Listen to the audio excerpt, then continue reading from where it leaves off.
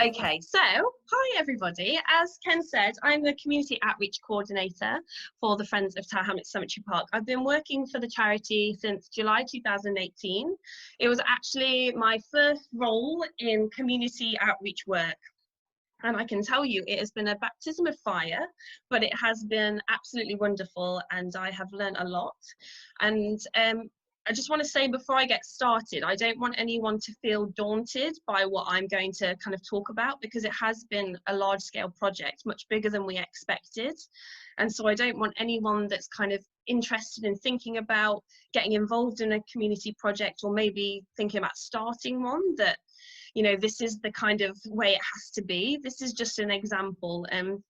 Projects can be small and large. So, but I think the kind of successes and the challenges are quite relevant to whether it's small or big, and hopefully kind of the lessons learned you might be able to take away with you regardless of what the project might be like. So anyway, a lot of you will know the work that we do at the Friends through our management, maintenance and the events that we run in the beautiful cemetery park, but we actually do a lot outside of the park as well.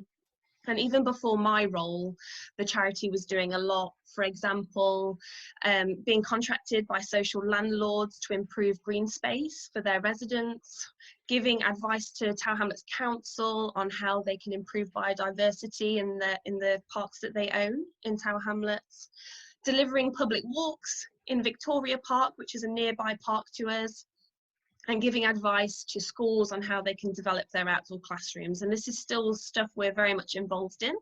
But since my community outreach role came about, it meant we could focus on this outreach work a lot more. And it's taken us in a lot of exciting directions, a lot of them unexpected. And it's also resulted in the creation of the Nature and Us project. And a lot of people watching this, especially my friends and family, will have heard me talk about this a lot. It's been a really, really exciting time, and we're really proud to share with you kind of how far we've come in what really is a short space of time. These Nature and Us is all about bringing community together through nature-based activities. Some of these activities actually promote, improve nature and biodiversity in the park at the same time. It just depends what kind of activities we do. And prior to the COVID-19 outbreak, in just 20 months, we had delivered 161 events, and we'd engaged with 3,705 participants across a variety of green spaces and different venues in Tower Hamlets, not all of them green spaces. And that is just the Nature and Us project. That's not the other events that we've delivered at the cemetery park as well. So we got off to a really good start. I'm going to mostly talk about two parks throughout this. They're called Shandy Park and Swedenborg Gardens. That's where the majority of our work has been. These photos are from Shandy Park. They are completely different to Tower Hamlets Cemetery Park. Everyone's views of beauty is very different. I must admit, when I went to see Shandy Park and Swedenborg Gardens after my first interview at the cemetery park, I have always loved cemeteries since I was little. And when I saw these parks, I felt a little bit disappointed, because I thought these are the parks I'm going to spend the majority of my time in. And they just didn't have that same charm that the cemetery park does. And that's just because quite a lot of council-owned parks, wherever you are in the UK, they kind of have this amenity grassland. It's very closely mown. The vegetation can be really stuff that is really like easy to manage. And it's not necessarily beautiful flowering things that are great for pollinators. So, but that's what our project is about, really, is trying to kind of promote the different ways we can use parks in Tower Hamlets, but this is very much a model for councils elsewhere, and also just to work in close relation with the council to think how we can work together to improve green space, and also how we can engage residents in a space. So Shandy Park here was actually quite well used from the beginning of our project. It has a playground which is very well used by families. There are local schools nearby, so it's great for the after school run. There is antisocial behaviour that happens there, but it's not on such a big scale like in some of the other parks, and I'll get onto that in a little bit. There's also a mosque nearby that is being it's a very small mosque, and it looks very temporary, but they're having a larger mosque built right next to it, but it's taking a long time. So in the warmer months, I think it's wonderful. You see large numbers praying out in the park as well. So it is used for different reasons already, but we really wanted to diversify the way the park is being used and to encourage more positive use of it, to also increase the diversity of people that are kind of doing the same thing at the park and to mix with each other. We wanted to obviously promote biodiversity further in the park and just increase people's confidence in nature, because you might find that people are using a park, but it doesn't mean that they actually feel that confident with the nature in it, in identifying it, connecting with it. The amount of people that are terrified of the tiniest bug in a park always amazes me when they're spending quite a bit of time in it. So yes, this was, you know, the ambition of the Natureness project, and throughout this whole process, actually in all the work that we do, we work in close proximity with the Parks and Open Spaces team in the council. We're really thankful for all the support they give us. All our work has to be approved by them, but having this collaboration is really useful because it means that we can kind of put our heads together and make even greater improvements than we could do just on our own. We've delivered a lot of nature-based events in Shandy Park. We've done arts and crafts, storytelling, mini beast hunts, bird watching, tree walks, foraging tours, and a lot more. I couldn't cover it all here. And a huge part of our work has also been improving biodiversity in the park through community engagement. So we've done a lot of planting sessions with local residents, Scout and Beaver groups, Queen Mary University of London, the local nursery, local primary and local secondary school, and local volunteer corporate groups. And they've helped us to plant bulbs, wildflower plugs, and to sow wildflower seeds. And the bottom left photo is we actually did early this in March this year. This was part of a Groundwork London grant that we did, which was we were able to take up disused tarmac in the park that it was just kind of going to nowhere, so nobody used it.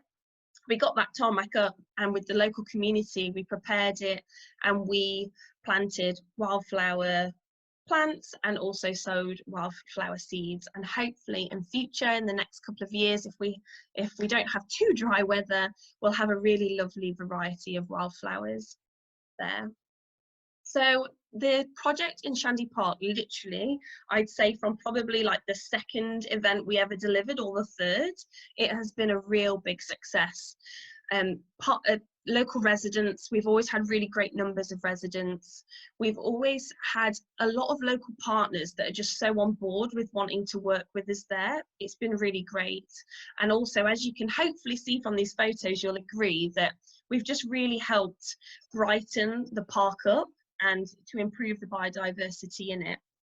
So that bottom middle photo doesn't look like much now, but that was literally, I think it was probably 2 or 3 days after we'd had the tarmac removed.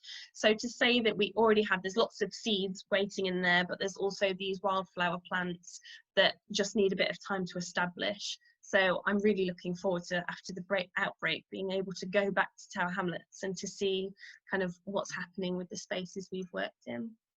Okay, so I'm going to go on to Swedenborg Gardens now. I personally feel it is a hugely underestimated park.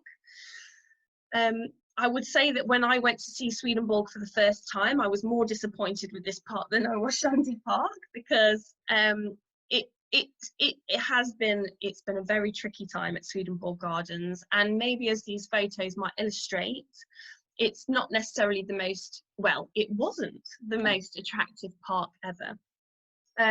But yes, it's been a completely different story there. Just like at Shandy Park, we were pretty much instantly delivering our nature-based events there, but nobody was showing up. And we were quite surprised at this because all our events are free through Natureness to make it more accessible to the local community. Eventually we will get the odd participant, but not that many. But fortunately, of those very few we got at the start, 2 of them were Jim and Jenya, who became regular participants, and they're also volunteers now for the project. And I don't know if they're here this evening, but I just want to give a massive shout out to them. They are amazing people that have dedicated so much to the project, and the success of the project at Swedenborg has so much to do with their dedication. So I just want to say a massive thank you to them. So very early on in the project, it became really clear that residents were not enthusiastic about Swedenborg Gardens in general, and it's taken a long time for us to kind of unpick those issues, and we still are. These photos give a little bit of an illustration. There's graffiti, there's a lot of rough sleeping that happens at the park, sex work, drug use and drug dealing, quite severe drug use, you know, in very open spaces. And obviously there's children that will go through the park. It's kind of a route to go through on the school run. So obviously this is an issue, and a lot of local residents just feared using the park, especially with their children, because of these issues. So we realised that we can't just start delivering events there for the public, because there's all this background work that needs to be done, which, by the way, we had not anticipated at all, actually. So it's been a real learning curve for us, and it took a lot longer for the project to develop. So I'm just going to go off that slide because you don't want to look at that. But Swedenborg Gardens is actually a relatively large park. It's just over 3 acres, and it's in a real built-up area of Tower Hamlets. It's in a real concrete jungle. So even though Swedenborg doesn't always look the prettiest, or at least it didn't, it is a vital green space for local residents, because there just isn't that type of green space anywhere else in that immediate area. Also, it's got incredible historical heritage, which we had no awareness of before we started the project. It's just kind of come into our work at the park, and it's been really exciting, but I'll go into that a little bit later. So it's well known that if a space is used more positively, it actually automatically starts to reduce the negative behaviours going there. It's just got more people in it, and there's more positive use. It deters the negative behaviour. So that was really our aim with Swedenborg Gardens once we realised what was going on there. But I must admit, for many months I really did despair over kind of just how slow this whole process was, and sometimes it just felt like we weren't going to get anywhere because the problems just seemed too big. We just really slowly had to make our presence there. So even if it wasn't directly like having this event that people were coming to, just literally being there in the uniform with our Natureness flag, I've just spent a lot of time waving at people, smiling, having conversations with them about anything they wanted to talk about, to be honest, but it often got round to us talking about their feelings about the park and their concerns about the local area.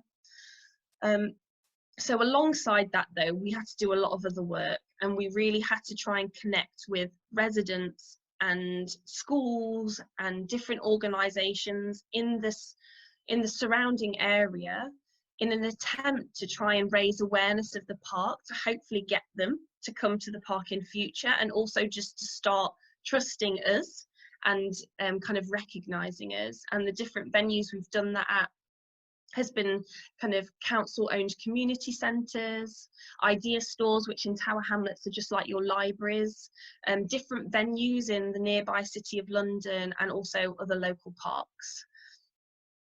We have the Swedenborg Square Orchard directly next to Swedenborg Gardens, and it feels very much a continuation of the park, but it's actually owned by East End Homes, which is a housing association. It's not owned by the council, and this has been a really great example of how two organisations that do very different work can connect with each other. Again, so thankful to East End Homes, who have allowed us to use this space to deliver events. They allow us to deliver store some of our equipment there, and they also let us use their community kitchen for us to deliver some of our events as well. But what we did there, we delivered a series of after-school nature-based activities, which was, I think, the real turning point in the project. We realised that drop-in sessions during the after-school run, no one had to book onto them. It was just like, we're here, would you like to join us?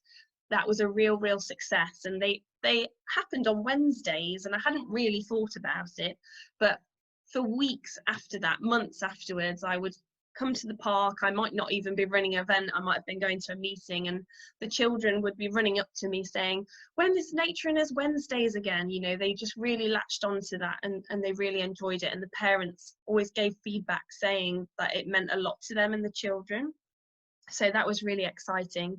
We also delivered 2 different wildflower courses on the orchard. It's an amazing resource to kind of teach people about wildflowers in general and how you can grow and care for them. And that was, again, they were for adults, so that was just a really great way for adults in the local area to connect with the space, because so many people come to Swedenborg Gardens having never been there before. So it's just a great way to raise awareness. We've had lots of corporate volunteer groups in Swedenborg Gardens, and that's been really amazing as making like really quick changes that might be small scale or large scale, just to make the park look that bit nicer, to encourage more people to come. And this has always been fantastic. I get so many residents coming over to us thanking us and the volunteers for the work they're doing, because they can really see an improvement. And it's just a really great way to get other organisations aware of the park, and also us as a charity. It helps them potentially get their support in future, because they can see that we're really trying to make a difference for the community. So I am really pleased to say that since all of this, it's been a very long process, but the Nature in Us project at Swedenborg Gardens has become a really great success, and it has required a lot of patience, a lot of teamwork, and a lot of hard work, but it's been really worth it, because it's very evident at that park that, because there's been so many issues and the access to green space is quite low, that anything we can do to increase that for the children, the elderly, and all kinds of residents, that they really do appreciate it. We have delivered many events like we have at Shandy Park, so bird watching, wild art, foraging tours. We've done habitat workshops for the local primary school, and the list really does go on. One of our bat walks we did there, it was so exciting. We even had a small film crew come along to document it, and that was really lucky, because we'd had a pipistrelle bat flying above the children's playground before the event had even started. We had so many bats flying above our head that night. Don't worry, they don't kind of latch onto your hair. It's not a horror story, but we have bat detectors, and we could see them flying really close. And I can't stress enough, there might be some of you in this talk as well that haven't had that kind of experience, but so many of the families that live on the estate around Swedenborg Gardens have never seen anything like that. So it's really exciting to see their excitement and amazement at it. The children have also gotten involved, well, families as well, gotten involved with the planting and physical improvements to the park. They've actually helped us plant thousands of bulbs. And just in general, no matter, you know, what their age, these planting sessions are some of our most successful events, I would say. And that's for a few reasons. I think people just really like the actual activity itself, but it also is really amazing at connecting people to the space they're working in, because they're actively doing something to improve it. They might notice small things about the park that they never have before, and that really helps us as well, because it's really important that we're not the only group that are invested in this space, because then it's not sustainable. So if we can get residents involved in this and caring about the park and caring and keep visiting that one flower they remembered or several flowers that they planted, it's just really, really important in getting other people to care about it in the long term. Also, it has really fantastic health, mental health and physical health benefits as well.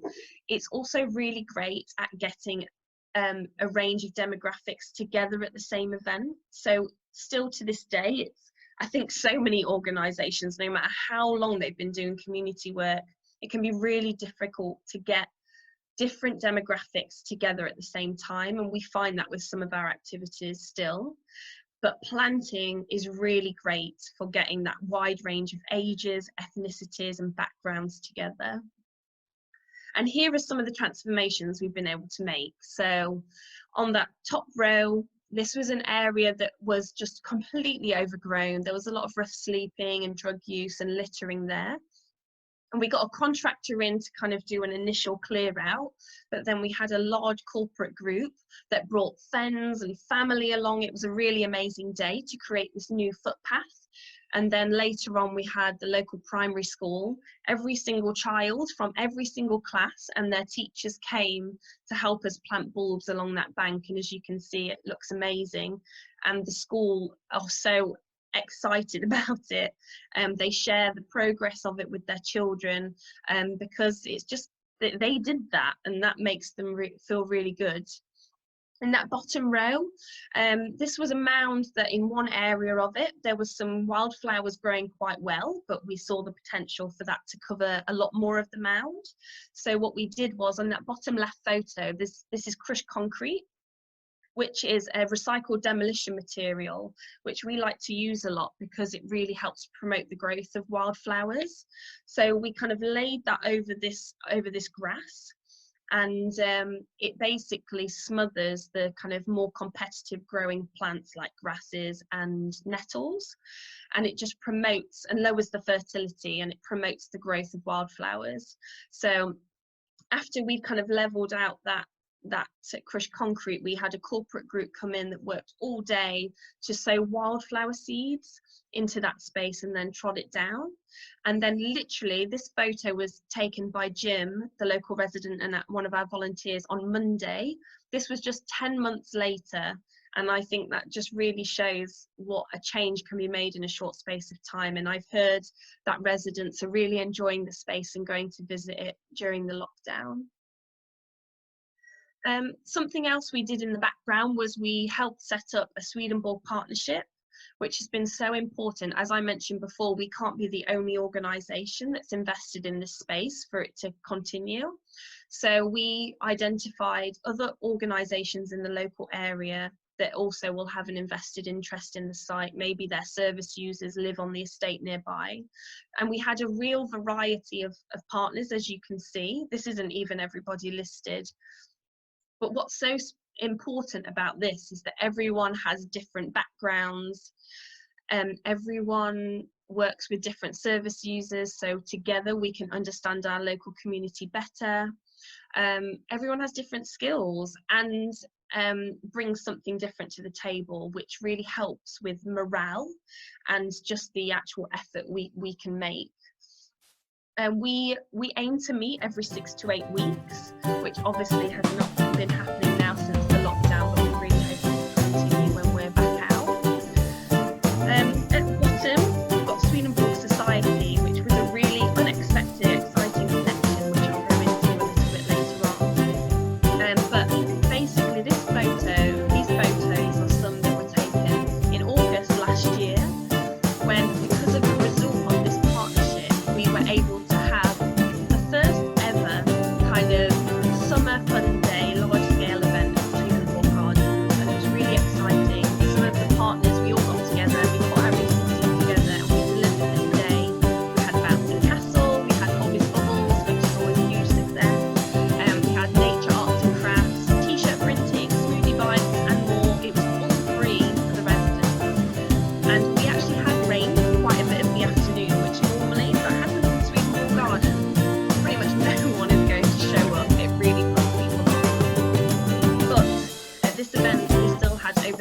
200 local residents come, which I cannot tell you how amazing that is, given the trouble we've had with getting residents along. So they really loved this. And we also had some community researchers that were speaking with the residents and getting feedback from them about how they felt about the park and what changes they would like to see made.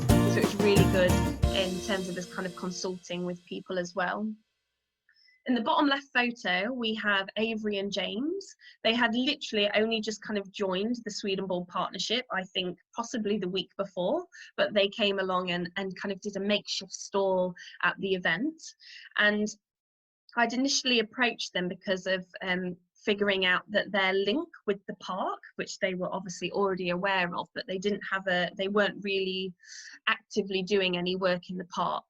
And I'm just going to go into that now. It's a little bit of a sidestep, but it was also a sidestep for us that we weren't expecting, but I hope you still find it interesting. I hope everyone's still with me, because I've realised that I'm really like blabbering on here, but hopefully it's all interesting. So Swedenborg Society is based in Bloomsbury in London. The nearest station is Holborn, I think.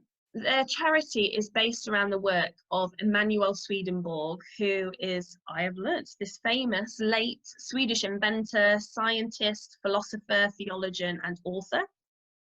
I didn't actually really know anything about him, but since I have learnt that he has this massive following that people are really excited about.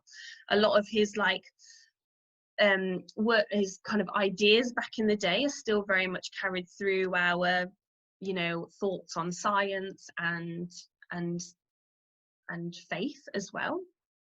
But basically his father was key to London's first ever church being built, and it was built on Prince's Square, which is now called Swedenborg Square, which is what I'd mentioned earlier, Swedenborg Square Orchard.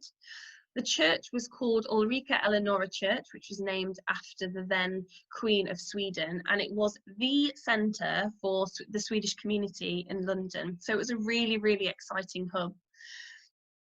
And Emanuel Swedenborg made several trips to London throughout his life to see his books being put through printing press. But when he visited, he would attend worship at this church. And also he would lodge from time to time at the King's Arms Tavern, which is in Wildflower Square, which is on the opposite end of Swedenborg Gardens, and which is now where this building, this kind of red brick building here, is called the Ensign Youth Club. And that stands where the tavern used to be.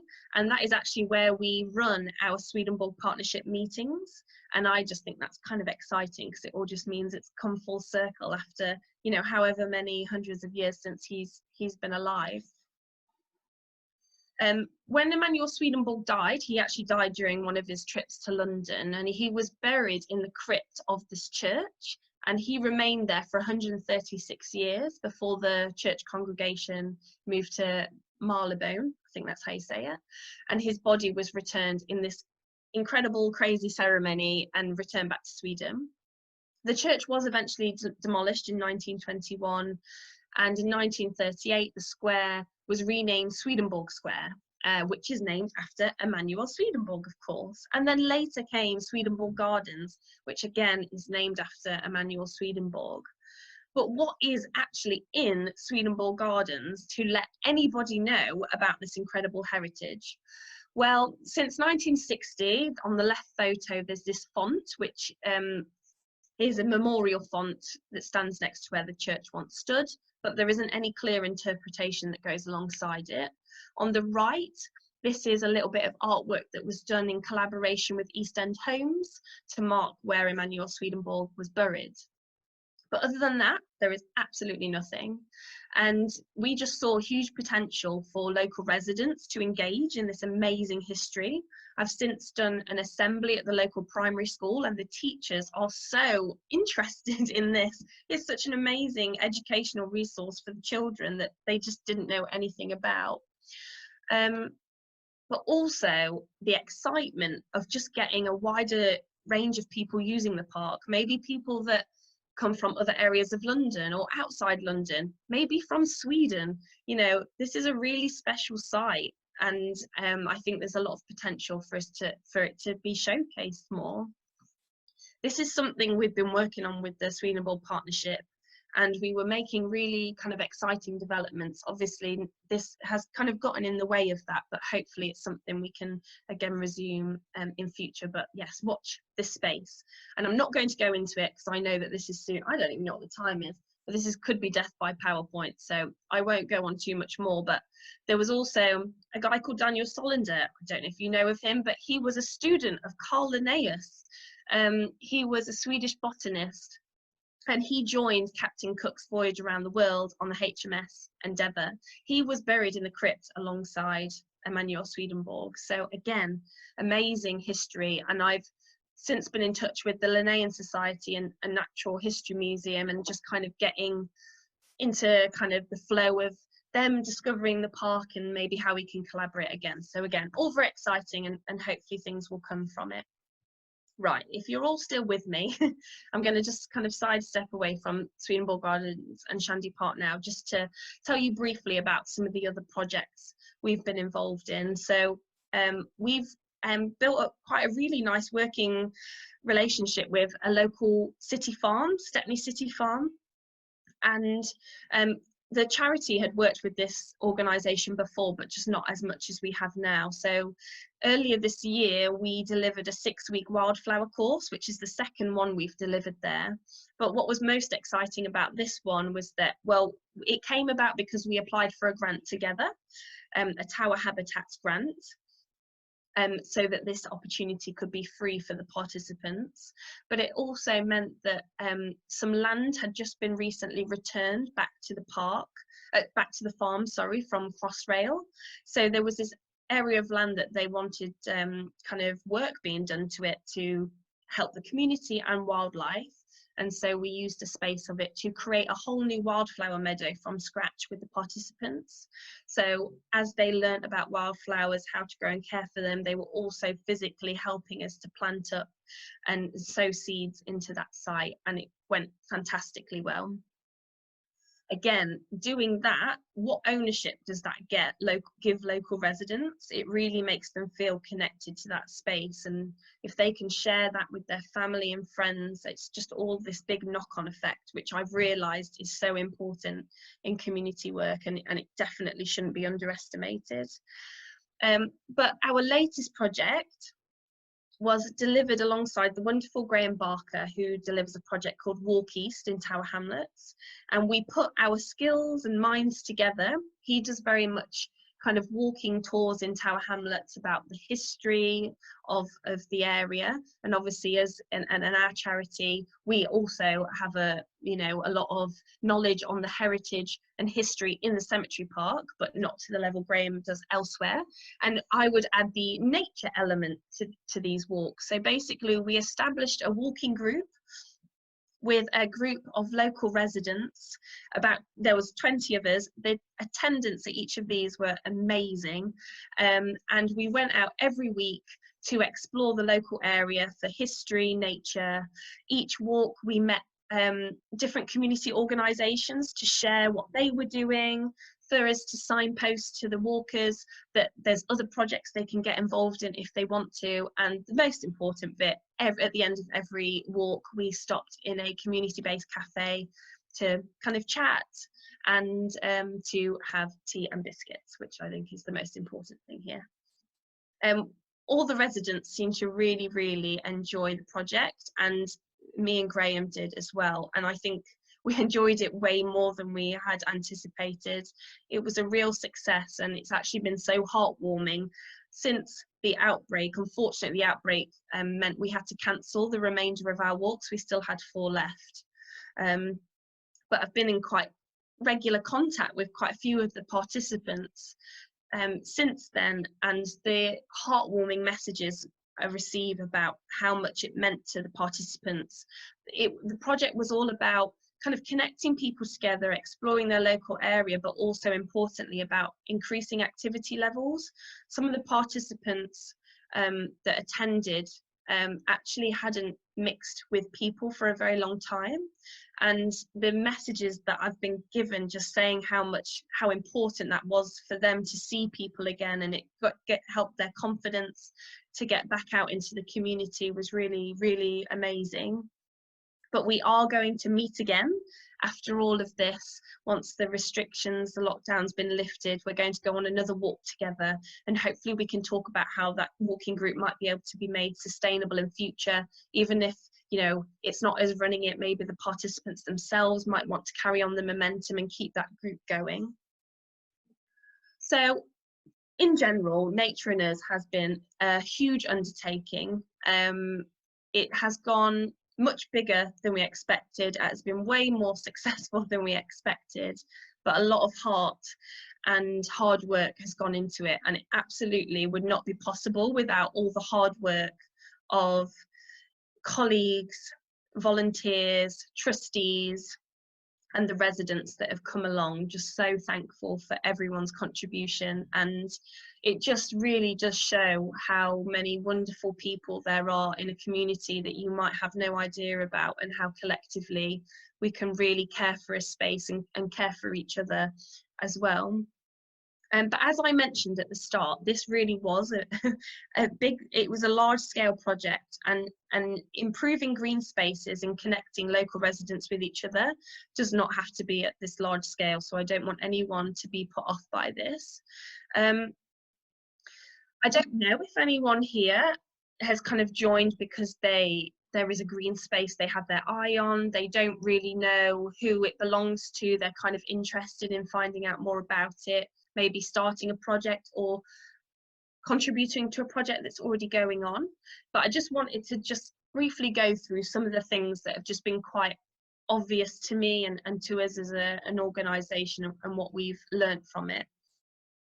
So what I would say the most important thing that you should do before you do anything else is to find out who owns the land and also who manages it, because they might not be the same organisation, because you need to have permission for what you might be intending to do.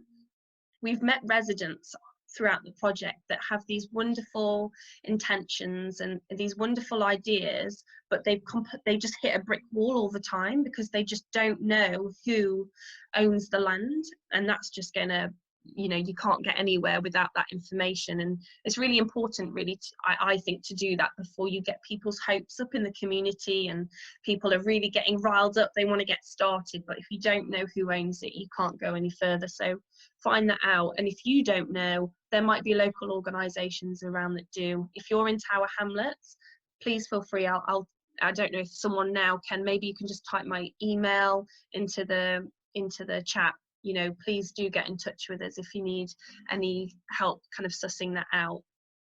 Map out local organisations in the surrounding area. So what are the schools? Are there any elderly groups nearby? Are there any faith organisations around? Is there anyone already doing kind of the thing that you're thinking of that might help to give advice or support? Are there other local residents that might want to kind of help in your effort? It can sometimes feel like a really big responsibility and a lot of work, and it can really help if you're not on your own. And also, local residents can have amazing connections that you don't already have. It's really important to understand your local community.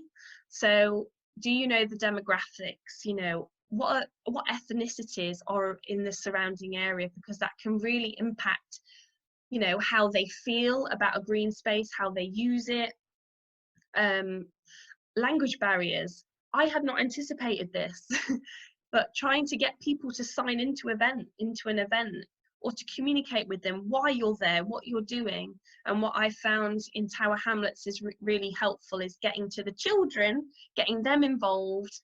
They find out what you're about, they're excited about it, and then they have they speak English, and then they will go to their grandparents and parents and tell them what's happening. And you know, I have lots of pleasantries in the park where neither of us really understand each other, but somehow the message gets across, but it's all just lots of smiles and lots of pointing and things like that.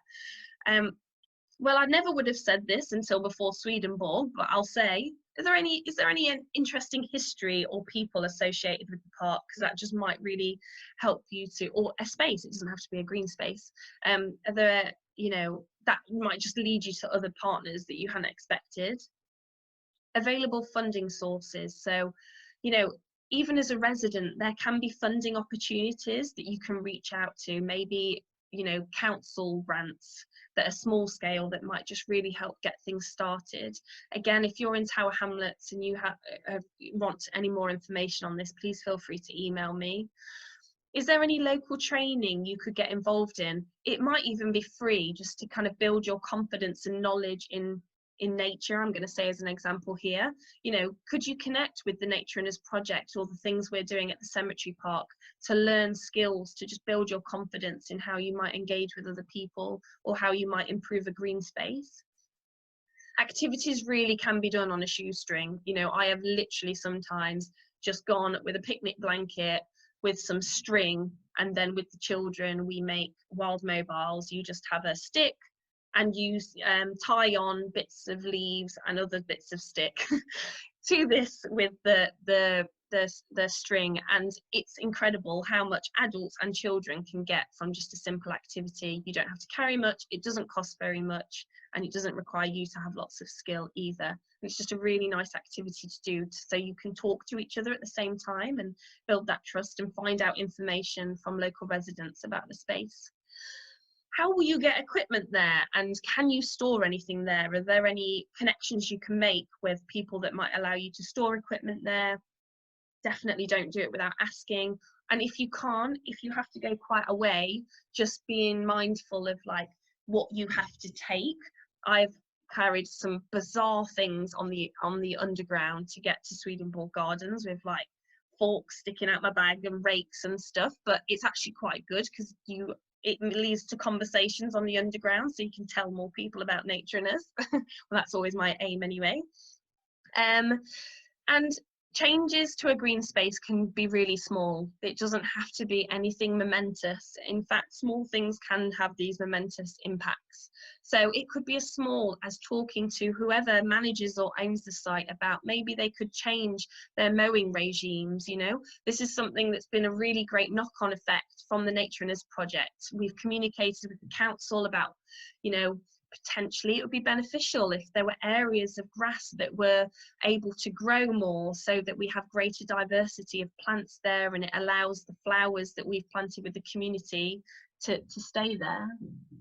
And just finally, just real patience and just, I know it's easy to say don't give up, but Swedenborg Gardens has been a real kind of proof that it can really feel like you're going nowhere, but sometimes it literally just takes that chance encounter with a local resident or a partner to literally flip everything around, and it gets really exciting. So yeah, now I think I've gone on for quite a while, so I'm going to stop there.